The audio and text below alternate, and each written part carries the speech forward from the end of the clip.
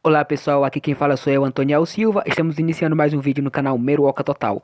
Antes de tudo, pessoal, mais uma vez queria lembrar para vocês de que não são inscritos, que se inscrevam no nosso canal e deixe seu like, tá? Porque uma boa porcentagem das pessoas que assistem nossos vídeos não são inscritos.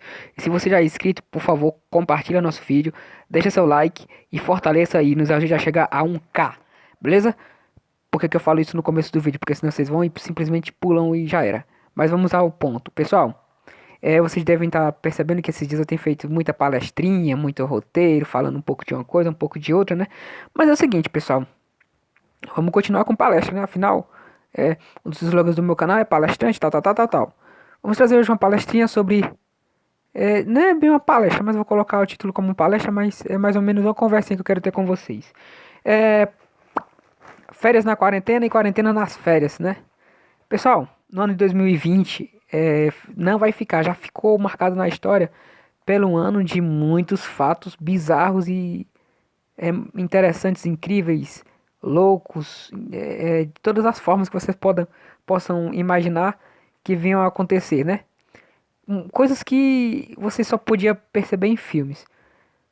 Final de dezembro de 2019, surgiu o surto de uma gripe desconhecida na China. Essa gripe teve uma expansão significativa pelo continente asiático, né? Depois saiu da Ásia e entrou nos outros continentes. E começou o grande caos, que é a pandemia de coronavírus. No começo as pessoas não davam bola, né? Não davam muita bola. A Organização Mundial da Saúde, a OMS, classificou algumas coisas erradas, disse que não podia usar máscara, depois disse que podia, disse que as máscaras ajudavam por questão X, questão Y, depois disse que não ajudavam, uma série de medidas erradas de alguns governos, políticas de isolamentos inadequadas por parte de governos de todo o planeta, erros e acertos na questão do isolamento das pessoas, criação de vacinas e tudo. Com tudo isso, pessoal, surgiram muitos problemas e soluções. O Brasil ele veio tendo uma recessão significativa de, vamos calcular aqui, 8%, né? O pessoal coloca 15, 10, mas também não chegou a isso tudo não. Vamos ter uma estabilidade mais precisa, né, ao longo de que a pandemia vai começando a diminuir o pico, né, de contágio, que segundo os cálculos dos cientistas, não só do Brasil como do exterior, já estamos começando a chegar no pico. Vai começar a queda do pico em agosto, né? Tem agosto, setembro, outubro. E a partir do período de setembro a gente vai ter uma queda significativa e vai começar o decrescimento do pico no nosso país. O que está acontecendo? Nós moramos em um país continental, pessoal. Daqui a pouco a gente chega ao ponto. Nós moramos em um país continental em que o pico da doença ela acontece de diversas formas. Em cada estado, em um período diferente. Por exemplo, Ceará, São Paulo, Rio de Janeiro, Distrito Federal, Manaus. Esses foram os estados que foram atingidos primeiro. Depois temos a questão do Paraná, Pará, pessoal do Rio Grande do Sul, essas coisas assim. Resumindo, pessoal, o nosso país, como é um país continental com climas variados, implicam muito na questão da disseminação do vírus. Mas, pessoal, eu não vou ficar muito em termos específicos com relação a isso, tá? Por quê? Porque eu quero falar sobre outra coisa. Junto com a paralisação de tudo, com 7 bilhões ou 7 bilhões de pessoas do planeta Terra, né, sofrendo de alguma forma com a doença, né? E com praticamente 5 milhões de pessoas sem estudar em todo o mundo, entre jovens, crianças, né? Aconteceu uma coisa, pessoal, que mudou bastante, que foi a questão das aulas EAD, né? Aulas à distância, para quem tem um pouco de condição. E a questão de você fazer aulas nas férias e férias nas aulas. Você pode perceber, pessoal, que nós tivemos no Brasil uma quarentena bem, digamos que talvez inicialmente uma quarentena que foi planejada para tentar minimizar o índice de contaminados do vírus. Mas o que acontece? Acontece que não foi bem assim que aconteceu. Foram surgindo contaminados e mais contaminados e foram tomaram as medidas radicais e algumas medidas extra-radicais que fizeram com que nosso país ficasse à mercê do desemprego, da fome, demonstrando também que o nosso país continha mais ou menos 38 a 40 milhões de pessoas consideradas invisíveis, que não tinha nenhum tipo de cadastro no NIS, né? Dessa forma, pessoal, aquele cálculo que era feito no governo Dilma Temer, de que tínhamos 15 milhões de desempregados ou 13 milhões, reduzindo com o governo atual, né, do Jair Messias Bolsonaro, tinha sido, como é que eu posso dizer, diminuído.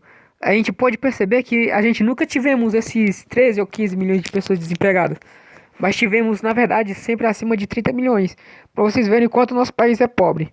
Se nós temos 215 milhões de habitantes no país, né, aproximadamente, desses 215 milhões, nós temos 60 milhões que trabalham, né? Temos 100 milhões que são crianças ou idosos que recebem, os idosos que recebem algum tipo de benefício, pessoas com algum tipo de limitação física, ou crianças, né, de 0 a 17 anos, né, que nem todos recebem a questão do auxílio Bolsa Família. E temos os outros 40%, né? Nós temos outros 30% a 40%, isso, 30%, vamos calcular 30% a 40%, que são pessoas que trabalham como vendedores, limpadores, jardineiros, sem carteira assinada, trabalham, às vezes pediam alguma coisa, moravam na rua, ou coisa do tipo, que não tinha nem cadastro no NIS, né, o sistema do governo. Agora o governo do Brasil, sem dúvidas, é um dos governos que mais tem dados de sua população, sabendo assim o verdadeiro posicionamento da nossa sociedade, como é que tá. O índice de contaminação do vírus, ele veio apresentando, pessoal, um contágio maior, evidentemente nas áreas mais pobres, com menos saneamento básico e com um índice populacional desenfreado. Mas vamos lá. Agora sim, vamos entrar na questão que é mais ou menos o ponto que eu queria falar. A questão de férias na quarentena e quarentena nas férias. Pessoal, nós entramos em recesso praticamente, né? O Brasil praticamente parou. Brasília começou um pouquinho antes, começou mais ou menos dia 14, dia 13. Mas o Brasil, de modo geral, a partir do dia 17 de março de 2020, começou a decretar geral. Fecha tudo. Fechou Ceará, fechou Mato Grosso, fechou Paraná, São Paulo, Rio de Janeiro, fechou tudo. Algumas dessas cidades decretaram, primeiramente, bloqueio em todas as estradas e postos e tudo, deixando só os serviços essenciais funcionando. Só serviços essenciais com um bloqueio parcial recomendado. Isolamento social recomendado. Depois passamos para o isolamento social obrigatório, que você não tinha mais que sair, porque começaram a aplicar multas, começaram a fazer de tudo. Tivemos passando nesse período dois ministros da saúde, né? O ministro Luiz Henrique Mandetta e o ministro Nelson Tate, ou Tate, né? E agora temos como ministro interino da saúde, General Pazuello. Por que eu tô falando isso tudo, pessoal? Você deve estar pensando que eu tô enchendo linguiça, falando abobrinha, né? Mas não. Acontece, pessoal, que no meio dessa pandemia, com essa doença, a gente tivemos uma série de fatores que mudaram tudo. Pelo menos no meu caso aqui, que eu estudo na minha faculdade, parte pública, né? Que é a UFC, no Instituto, ou melhor, Universidade Federal do Ceará. Então o que acontece? A gente foi fazer lá, né? Fizemos a participação das matrículas e tudo, estamos estudando online. Foi assinado um decreto pelo presidente, pela Câmara, pelo ministro, um monte de coisa aí, que a gente ia ter o quê? Íamos diminuir os dias letivos para pessoas que estudam no ensino fundamental e médio, iriam diminuir os dias letivos, e para o pessoal da faculdade nós iríamos estender e iríamos prorrogar a questão dos estudos nas férias. Poderíamos estudar nas férias, poderíamos ter o mês de julho para estudar, né? O que eu posso dizer? Dizer, pessoal, que é um negócio muito estranho você estudar nas férias. Se bem que você tá mais ou menos de férias desde o dia 17 de março, mas você tá estudando direto. A gente estivemos fazendo isso. Estamos fazendo isso no momento. Teremos o semestre até, acho que dia 22 de outubro, né? O semestre 2020.1, com todas as aulas. Falo da minha faculdade em específico, nas minhas disciplinas, né? As outras faculdades do país eu não sei como é que vai ficar, mas eu sei que é o seguinte, pessoal. Essa questão de aula na quarentena, férias na quarentena, é um negócio que bugou. Tinha muita gente que no começo da quarentena achava que a gente estava de férias, saíam pra praia, iam brincar, iam pra não sei pra onde, pra academias. Agora, pessoal, nós temos um índice bem elevado ainda de mortes, né, por causa do coronavírus, né? E eu falei o nome do vírus, eu não ia nem falar, mas tá de boa. Temos um índice muito alto de contágio ainda. Mas o que aconteceu? Tivemos auxílio emergencial, né, por 3 meses de R$ 600, podendo ser prorrogado a 1.200 a R$ 1.800. E tivemos também, pessoal, agora a prorrogação por mais 2 meses. Mas o que aconteceu? Aconteceu que agora chega um momento que a gente fica pensando: que dia é hoje? Hoje é sexta, hoje é sábado, hoje é domingo, hoje é segunda. A gente fica tão areado porque a gente não está acostumado mais a sair com tanta frequência. E até porque nós temos um novo hábito, vivendo em um novo tempo, né? Que ficou marcado permanentemente, né? Na história do planeta Terra. Você vai passar 200 anos, 1.000 anos, eternidade. Todo mundo sempre vai lembrar de 2020 como o ano da pandemia do vírus. E dizer pra vocês que é muito estranho. Realmente é muito estranho. A gente só, eu mesmo particularmente, eu só não me confundo mais porque eu sei que meus professores são de mandar aulas aos dias de semana, né? E quando chegar o sábado, geralmente eles não mandam, mas tipo, eu fico fazendo alguma coisa no sábado, na sexta, no domingo. Pensamentos positivos, perspectivas para isso. Perspectivas para depois da pandemia, né? É de que a questão tecnológica vai ter um avanço tão significativo como já vem tendo, né? Um avanço muito amplo, né? Porque nós tivemos um avanço, uma rapidez em alguns quesitos tecnológicos que já tínhamos. As pessoas começaram a usar as ferramentas do Google, que eles disponibilizavam para aulas, tipo o Google Estudantes, alguma coisa do tipo, o Google Famílias, o Google Meets e outras coisas. Não estou fazendo propaganda porque eu não estou sendo anunciado pelo Google e ele está me patrocinando, mas é isso. Tantas alternativas que tínhamos e os professores não usavam e agora estão sendo aplicadas nessa aula de aula virtual. Tantas coisas que sei que poderíamos ter iniciado bem antes, mas a tecnologia deu um salto significante, cara.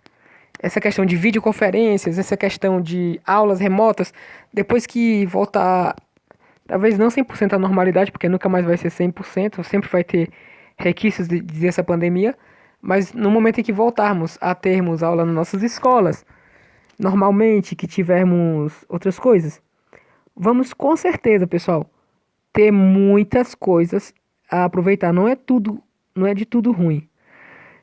Só para concluir, né? A questão de isolamento nas férias e férias no isolamento, quarentena nas férias e férias na quarentena. Eu acho que isso ensinou pra gente um monte de coisa. Por exemplo, que nem sabemos dar mais valor quando estivermos com nossas turmas, com nossos amigos e etc, né? Darmos mais valor à nossa liberdade, né? Dar mais valor à tecnologia que nós temos e usar a nosso favor e a favor do próximo. E dizer pra vocês, pessoal, que o Brasil ele vai entrar também no estágio de contágio por rebanho, né? Vamos atingir a imunidade por rebanho. Porque nós não temos uma vacina para dar para a população e no tempo que essa vacina chegar, nós já vamos provavelmente ter adquirido a imunidade por rebanho. Quando no mínimo 60% da população do Brasil já foi infectada com esse vírus, ou 65%, significa que a cada 3 brasileiros, 2 já foram infectados e o contágio podia passar de X para Y. Em vez de ele passar de X para Y, a probabilidade para ele passar de X para Y, ele tem que ir para X e X para Y, ele tem que ir para X para Z. Mas se você não tiver pegado do X para Y, você vai conseguir passar do X, passa para o Y, do Y passa para o Z. Já se você já tiver sido contagiado do X e o XY, o Y já foi contaminado antes, não vai pegar mais no Y e o Z vai ficar imune. Não vai ficar imune porque ele não vai conseguir pegar o contágio, tá bom? XYZ. Essas são as três pautinhas que tínhamos pra fazer, para falar hoje. Eu acho que vocês pensavam que eu não ia trazer conteúdo hoje, né? Mas, como eu falei, eu vou tentar trazer uns vídeos aqui pra vocês sempre que puder. E é isso, tá? Era isso que eu tinha pra trazer de momento. Valeu, pessoal. Tchau, tchau. Que Deus abençoe e até uma próxima oportunidade. Fui que fui.